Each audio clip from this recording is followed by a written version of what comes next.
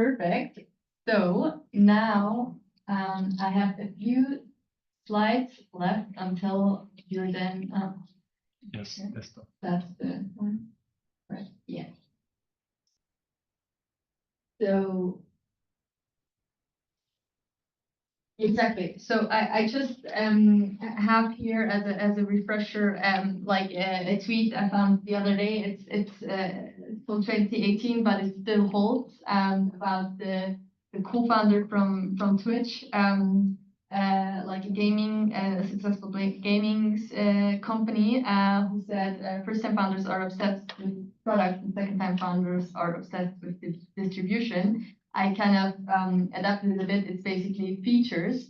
Like, of course, it's not for everyone is like this, but often you hear, especially those who are super excited about product, that they come with another feature and another feature and another feature.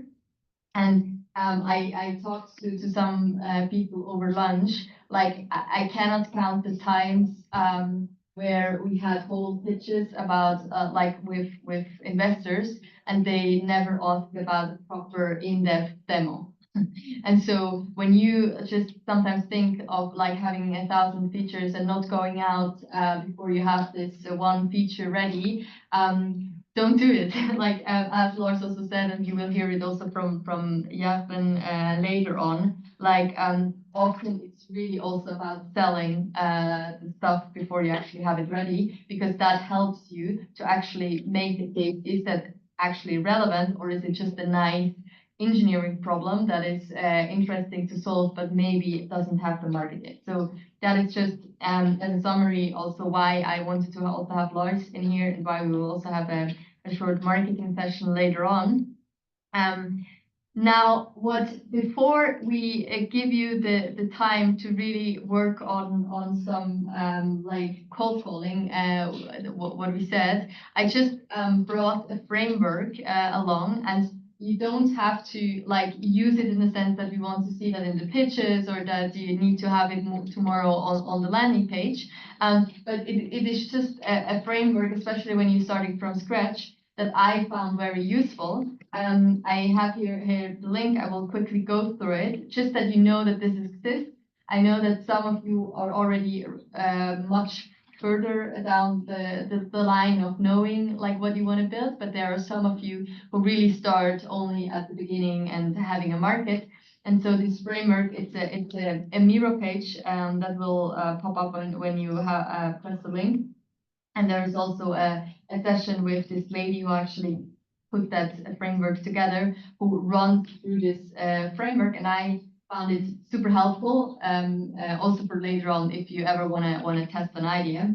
And she's basically going through like really from the top, like what do we know about target market, like what is our product and what problem does it solve. So elements that you discussed here, you can then really use also for the landing page in order to actually describe and position your product, but also then for the pitch on Thursday, where you really have to talk about what is the actual problem and what are the users that are actually paying for it.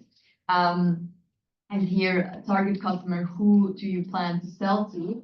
If you want to dig deeper, she even has links to some deep dives.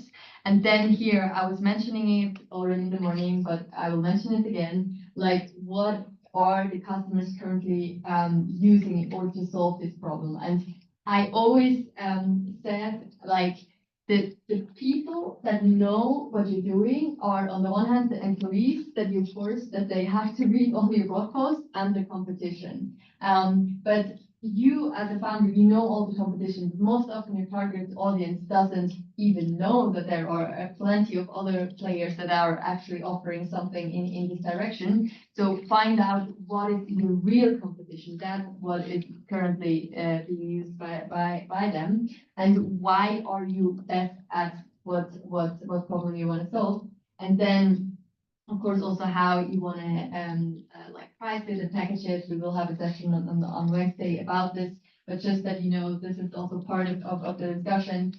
Ask yourself over and over again, how does success look like in the next 3 to 6 months, and then backwards engineer from that. There are a few tools. I don't go into details. I just wanted to have you know that there is a framework out of this.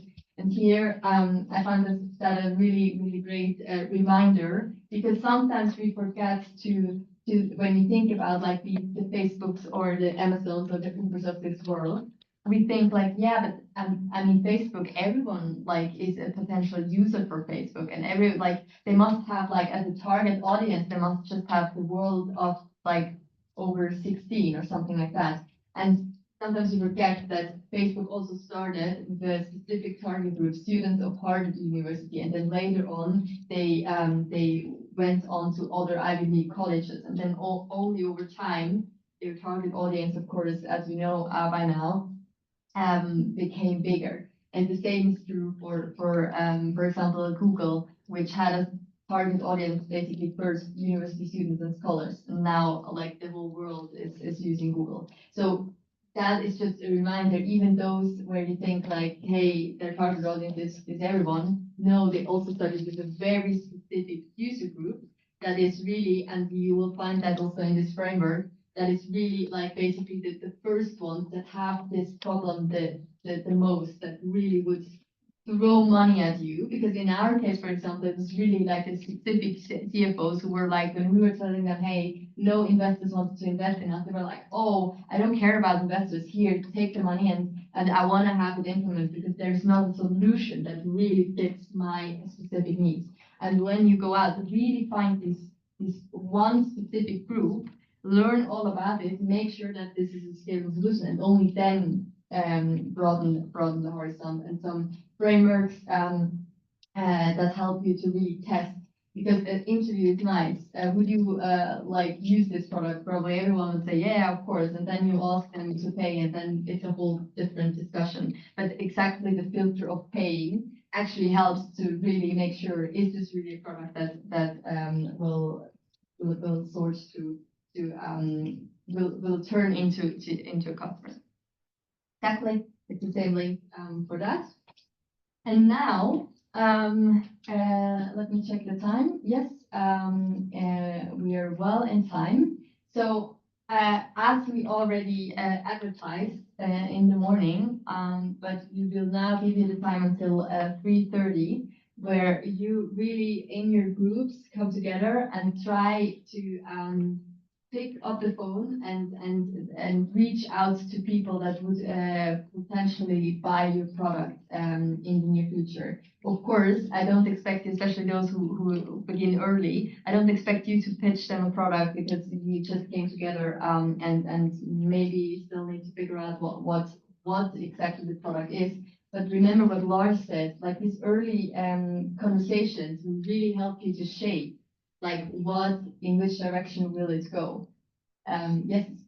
If you're not doing B2B, usually the strategy I would go for is to try to find potential users and ask them if we can just, accompany them throughout the day and just observe how they are currently doing things. I don't think this is possible now in the short time frame. Yeah, but you can think about like calling up people that would match this, and just have a survey on and ask them about their day, for example, or like you. Of course, you don't now do that in these 2 hours, but there are proxies where you can still follow their day by asking the right questions. Or maybe watch videos of like. For example, yeah, like, this is my day as a blind person or something. For example, yeah, because the internet is full. Like, yeah. You can create forms and send it. Exactly. You can, for those who like, you can create forms. Like there are tons, and this is what I'm happy that Lars we didn't speak about that, but he showed you Apollo. Like there's also Lucia, and I specifically checked for tools that don't cost you anything, but just that you get a hang of how like vast the possibilities are. So in this Lucia, it's almost creepy how much information there is. If you can even look whether you are in this. For example, I made sure that Lucia doesn't have my things anymore, and I forced them to delete it. But like if there are certain like people that you want to reach and you cannot reach them on LinkedIn, like check there. So there are a ton of tools how you can actually find out which ones you can call up. Don't forget the company website. There's a lot of information, and as Lars also said, it's important that it's not just, hey, I don't even know your name, and I also don't know like that you're the CFO or whoever in the company. It's a human thing. If they give you time, you should also appreciate their time, but take advantage of the fact that you're students, and you can also just say, hey, we're building on this on this group project, and that is normally what helped me to really get to actually incredible people in the C-level position, just being a student and being curious. Don't forget Claude, ChatGPT, Gemini, and Perplexity. Of course, always with caution, and I'm sure you've heard a ton about that already before, but it is a helper, even if it's just like double checking, for example, your survey and stuff like that. Then I'm not sure for those who know this book, The Mom Test, I just took a few points, tips and tricks, but some of you might already know. When you call them or reach out to them, talk about their life instead of your idea. So how do you currently organize problem X and not would you buy my product? Because we are people pleaser. So if a student that is stressed that she needs to deliver next Thursday, you will say yes, of course. So make sure that you really get the insights that you want. Ask for specific examples instead of general opinions. So when was the last time you encountered this problem instead of do you think this is a problem? And talk about facts and the past and not hypothesis and the future. So how have you solved this problem in the past and not would you use a tool like this in the future? These are just a few things, but you're all smart and know about it. And then just a last thing. We were talking about like a landing page that you will present tomorrow evening. And so this is also why you're doing this and why you're now reaching out to potential people, because this is part of the high performing landing page example that I share with you. And you see, and you will remember that from websites. Normally here you have like company logo, short copy, call to action, and the product image. But most often you have a social proof line just right after, and this is exactly what you can use. And you don't need like customers, because you won't find customers in these 2 hours, but you might find people who make and even anonymized phrases like I have this problem a lot, and this is what would solve my issue. And then you can even say CFO of a 100-employee company. That is a testimonial that will help others to know, it's for CFOs, it's for 100-ish companies, and not for 2-man shows, but also not for 10K. So just this is why we're doing this, just to help you build the deliverables that you're going to build. Just maybe to add, so why not, just take one of the big market reports and say, okay, they describe it's a huge multi-billion-dollar problem. Yeah. So why, start more from the side of this kind of conversation? Because I think there was one of the questions, then I just watch a few YouTube videos of people, what they do, and I observe, what's going on, and then I make my conclusion. Why have these conversations? Yeah, because the problem is, of course, like you have some certain biases and you have your view, but normally you build a problem, maybe not only for yourself, but for someone else. And you will not realize yourself what the actual problem is that you need to solve, and how they describe it, because that is all what you will need from them to actually realize, hey, how should I talk about it so that I get other clients? Yeah, and maybe just to add also on the student angle, I mean, this works extremely well if you say, hey, we're a group of students, we're considering doing this down the road, maybe it's a startup idea, and we want to learn more about this. Can we have a conversation? This works extremely well. So regardless if you're B2B or B2C, really try this out with LinkedIn and other parts to send these cold messages, because you would be surprised like how many people are just responding, and you really learn a lot. And we have actually many startups coming out of universities that have not talked to a single prospective customer. It's crazy. Like if you listen to some pitches of several startup programs, there are many who have not talked to anybody. And I think this is also one of the reasons why we put this first and throwing you a little bit in the cold water, because this is one of the most important things that you need to learn how to use to your advantage.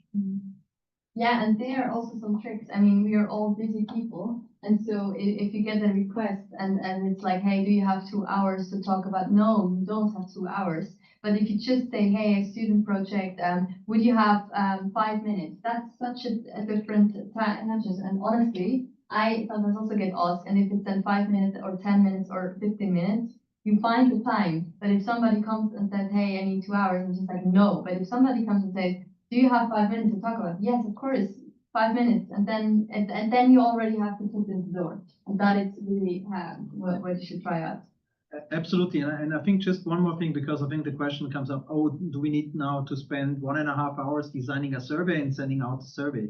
So no, this is again like a survey you can do to confirm something that you know and to quantify this more, right? So let's imagine you have talked to 20 people, you see already a pattern, then you can go out maybe with a survey, but that's not the first thing that you do. And also survey response rates are very poor. Yeah, so I don't know, 5%, even less. Yeah, so just to be clear, what's expected is really seek one-to-one conversation, or more like or you can also do it with a team, but try that you actually get some conversations with people on the phone, on a video call, and something like that. But probably the first thing is to reach out by cold email or even LinkedIn calling numbers. And this is why I added this, because here you find the numbers. Yeah, you find the numbers, and you can, but you can also go to the website and just call there, and you would be surprised how, in our case, how many times we ended up with the CFO of a company. Because especially, for example, in this case, CFOs, they don't get always bombarded, so they're super happy to get contacted. Yeah. So depending on your target group, the call will be the fastest. Yeah. We still have a problem in our group. We don't have any Husky student yet. So we're just 3 people for now, and we couldn't find any other single Husky students who, I don't know, want to meet up. Is there anyone on the other side who has maybe a large? Or maybe we can let's do it like this. If there are still some team issues, let's talk about them briefly, because then other people can already start. Yeah, and please, for those who haven't done yet, please send your group constellations via email, so that we know who are the groups, and then we can maybe also fix it. Oh, we make. Okay, so Afnaf will make a sheet and you fill it out. Good. Okay, any more questions? Good. And have fun, and we're back then at 6:29. Thank you.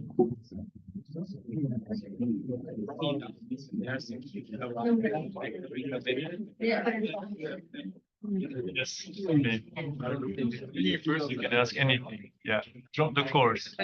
Now that I have my foot in finances. Hi, scary. H. I think so.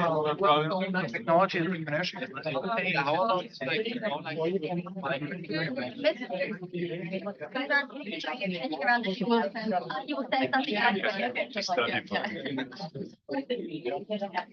I mean, I don't. Yeah. Yes, I think not sure. Me, it's fine. I don't maybe care.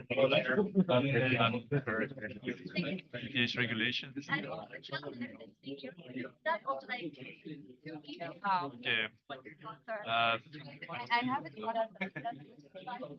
I think it's possible. I think as long as we take the exam. Yeah. Yes.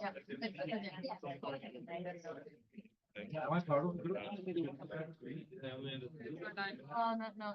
Because otherwise I have Yeah, I mean, I don't know. I'm trying to do more session examination.